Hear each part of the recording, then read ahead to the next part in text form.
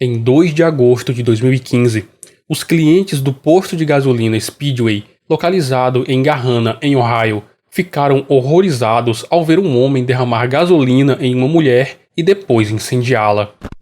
Câmeras de vigilância de um caixa eletrônico capturaram a cena horrível. O casal foi visto discutindo antes que a mulher se sentasse na grama pouco antes de ter seu corpo encharcado com gasolina e depois incendiado propositalmente. A mulher de 31 anos estava prestes a iniciar uma longa e dolorosa batalha por sua vida.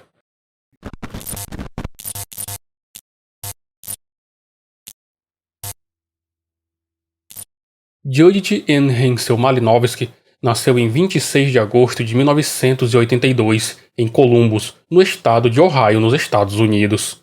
Judy, como era conhecida por seus familiares e amigos, era a mais velha dos 3 filhos de Thomas Hensel e Bonnie Bowes. A garota foi descrita por aqueles que a conheciam como uma jovem linda, extrovertida e muito popular na escola. Em sua adolescência, ela venceu vários concursos de beleza. Em 2001, quando se formou no ensino médio, foi eleita rainha do baile e um tempo depois ganhou o concurso de Miss New Albany.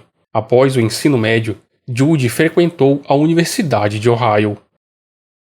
Aos 21 anos de idade, ela se casou e pouco tempo depois tornou-se mãe de 2 meninas, Madison e Kaylin. Ela adorava ser mãe e tinha as filhas como sua vida.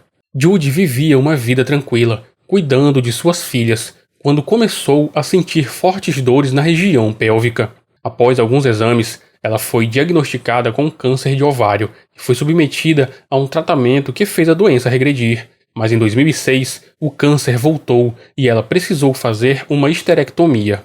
Após o procedimento, Judy precisou fazer o uso de analgésicos opioides e isso acabou lhe trazendo muitos problemas. É comum que pessoas que fazem uso desse tipo de medicamento acabem se tornando viciadas, e isso não foi diferente com Judy. Segundo uma pesquisa feita em 2022 nos Estados Unidos, cerca de 1,6 milhões de americanos sofrem com esse tipo de dependência, e muitas dessas pessoas iniciaram seu vício após receberem prescrição de opioides após algum tratamento cirúrgico.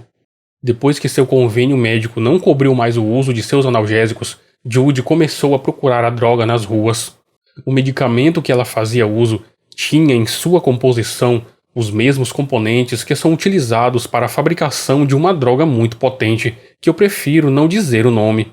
Judy começou a fazer o uso dessa droga e sua vida mudou drasticamente para pior. O vício acabou com seu casamento, seu marido a traiu e a abandonou, e Judy se viu em uma situação terrível. Sua mãe e irmã a ajudaram nos cuidados de suas filhas, e um tempo depois, ela começou um processo de reabilitação em uma clínica para dependentes químicos. Alguns meses depois, após o início do tratamento, Judy retornou para casa e parecia estar bem. Seu comportamento voltou a ser o que era antes do vício, e sua família estava feliz com sua melhora. Ela estava limpa e, aos 31 anos de idade, queria reconstruir sua vida ao lado de sua família e de suas filhas.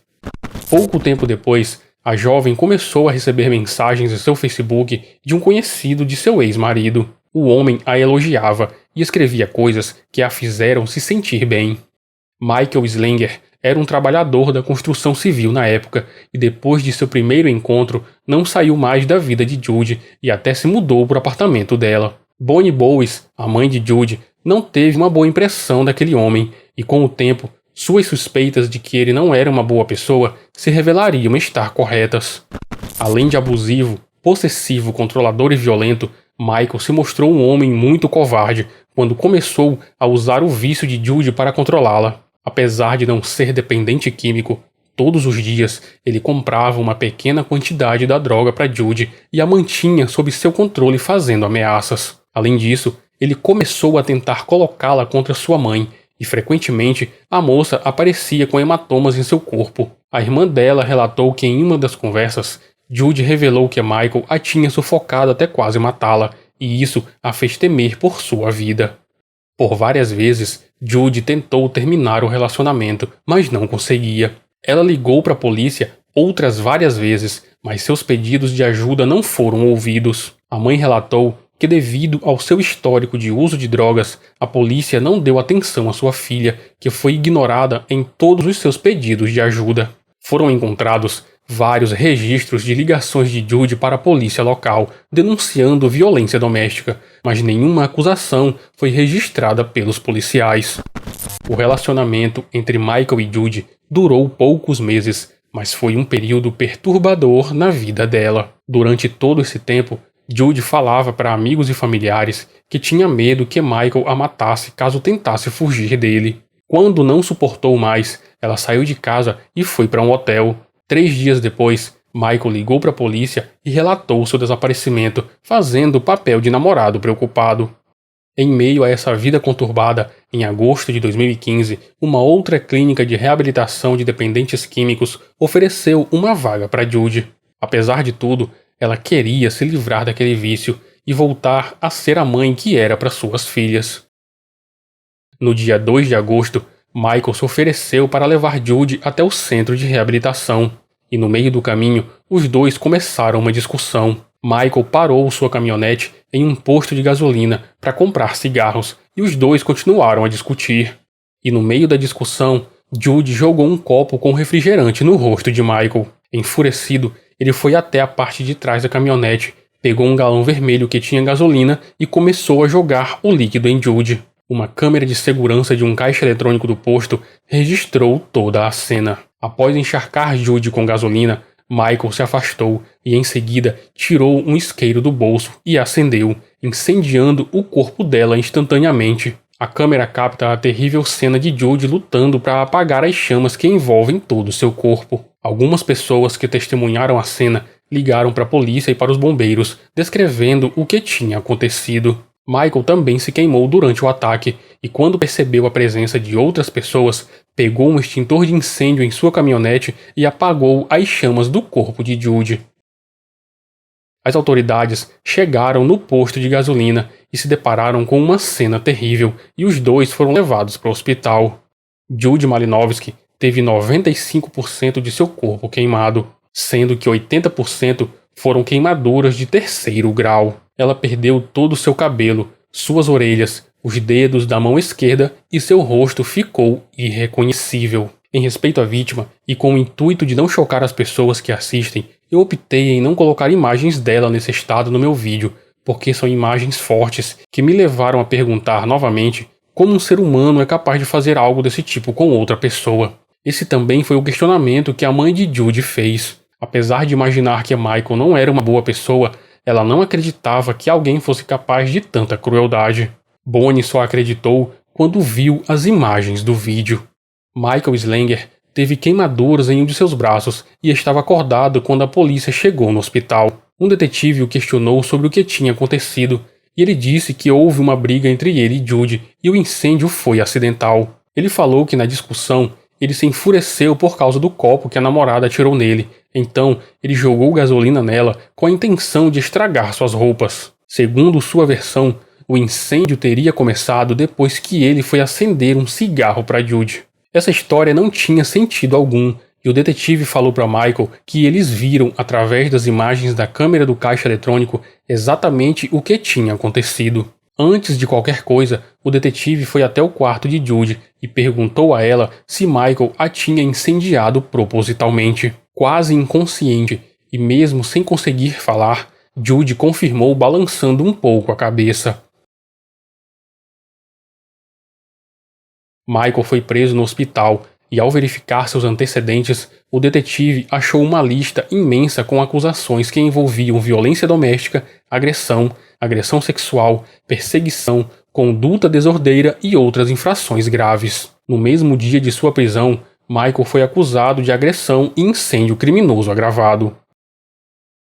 Nos meses seguintes, Judy passou por mais de 50 cirurgias, teve pelo menos 8 paradas cardíacas e passou por procedimentos dolorosos de enxertos de pele, dos quais nem todos deram certo. Contrariando as expectativas dos médicos, ela conseguiu se manter viva além do que era esperado, travando uma batalha contra as dores terríveis que sentia.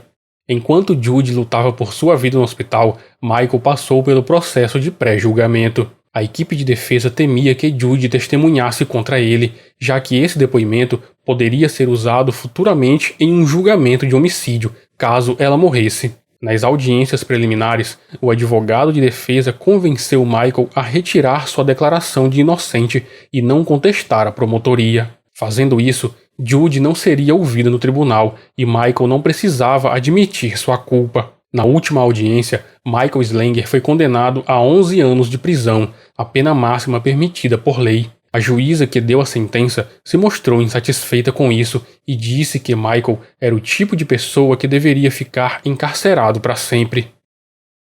No hospital, Judy permanecia lutando, agora não só por sua vida, mas pela vida de outras mulheres que sofriam esse tipo de agressão. Com o apoio e ajuda de sua família, ela conseguiu com que uma lei que aumentasse a pena mínima por agressão criminosa em que a vítima sofre desfiguração ou ferimentos graves fosse levada para votação no Congresso, na esperança de ajudar mulheres vítimas de violência doméstica. Essa lei ficou conhecida como Lei Judy e alterava a pena mínima de 11 para 20 anos para o agressor. Apesar de sua luta diária, Judy sabia que não resistiria a seus ferimentos graves e com a sua piora, ela se reuniu com algumas autoridades e estava determinada a fazer algo que nunca tinha sido feito antes. Ela queria testemunhar no julgamento de seu assassinato. Os dias seguintes foram de muito trabalho por parte das autoridades, que procuravam na lei algo que não impedisse esse tipo de coisa, e foi concedida uma permissão com base na lei que permitiu que ela prestasse esse depoimento em vídeo, que seria admissível em um futuro julgamento de Michael. Enquanto isso, Judy teve que passar pelo processo de diminuição de seus medicamentos para que quando fosse prestar seu depoimento, ela não estivesse à base de remédios e fosse capaz de responder conscientemente às perguntas. Esse foi um processo extremamente doloroso para ela, que reclamava muito das dores, mas apesar disso, resolveu seguir em frente. Quando soube disso, Michael e seus advogados de defesa entraram com uma ação pedindo ao juiz que permitisse a presença dele no quarto de Judy enquanto ela gravava seu depoimento. É claro que esse pedido no mínimo absurdo foi negado. Em seu quarto de hospital, Judy Malinovski fez um juramento e deu seu depoimento em vídeo, sendo questionada pela promotoria e pela defesa. Durante mais de 3 horas, ela contou o que se lembrava daquele dia 2 de agosto. Ela admitiu ter jogado um copo em Michael e lembrava dele indo até a caminhonete e voltando com um galão vermelho com gasolina. Ela sabia que era gasolina, pois ele sempre deixava o galão cheio na parte de trás da caminhonete, caso acontecesse algum imprevisto. Judy descreveu como ele a encharcou com o líquido e a queimação em sua garganta quando a gasolina caiu dentro de sua boca, enquanto ela implorava para que ele parasse com aquilo. "Veja o que eu faço com você, vadia", disse Michael enquanto jogava a gasolina. A última lembrança de Judy foi Michael tirando o isqueiro do bolso e caminhando em sua direção. Ela negou que estava fumando, o que pediu a Michael para acender um cigarro para ela. 23 meses depois de dar entrada no hospital, em 27 de junho de 2017, Judy Malinovski sucumbiu aos ferimentos aos 33 anos de idade. Ela já tinha noção de sua situação e pediu para ter cuidados paliativos algumas semanas antes de sua morte, dizendo que estava pronta para ir. Ela faleceu ao lado de sua mãe, que a acompanhou de perto todo esse tempo. Judy foi enterrada no Forest Lawn Memorial Gardens, em Columbus, no estado de Ohio, e deixou para trás 2 filhas, 2 irmãos e sua mãe, que nunca entenderam como aquilo tinha acontecido com uma pessoa tão querida por eles. Após a morte de Judy, Michael foi acusado de homicídio em 1º grau, enquanto cumpria sua sentença de 11 anos. O relatório do legista confirmou que a morte de Judy foi devido aos efeitos tardios de lesões térmicas causadas por um incêndio com gasolina, podendo ser oficialmente considerado homicídio. Mesmo assim, Michael se declarou inocente e a promotoria declarou que buscaria uma condenação à pena de morte para ele. Em 7 de setembro de 2017, enquanto o julgamento estava em sua fase de audiências preliminares, o então governador do estado de Ohio, John Kasich, assinou a aprovação da Lei Judy. A cerimônia de assinatura contou com a presença das filhas Madison e Kaylin, dos irmãos Danielle e Patrick, da mãe Bones e do padrasto Dan, e dos políticos locais. Em uma das audiências preliminares ao julgamento, a defesa de Michael tentou excluir o depoimento em vídeo de Judge das provas contra ele. O juiz foi bem enfático quando disse que a fita de vídeo era válida, já que a testemunha cumpriu todo o processo exigido por lei e foi interrogada, inclusive pelo próprio advogado de defesa do réu. Ficando sem saída e enfrentando uma possível sentença capital, a equipe de defesa de Michael não viu outra saída a não ser solicitar um acordo onde ele, novamente, não contestaria as acusações, porém não assumiria sua culpa. A promotoria não aceitou esse acordo e disse que eles não aceitariam nada além da declaração de culpa de Michael. O acordo foi fechado. Michael concordou em se declarar culpado de assassinato em primeiro grau e concordou em falar sobre seu crime. Em troca, a pena de morte foi dispensada.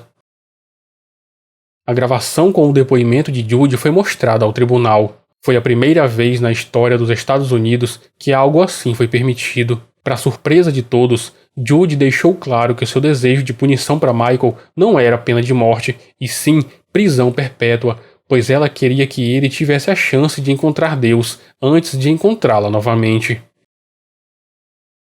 Em 5 de julho de 2018, Michael foi condenado à prisão perpétua sem possibilidade de liberdade condicional. So I have a question. Okay. You know how he'll probably have life with no parole? Would it still be okay if he wrote letters to his family? Is that still allowed? I would think so, yeah. Yeah, he's not able to see anybody. He could still write letters and stuff. He can still see people, David? too.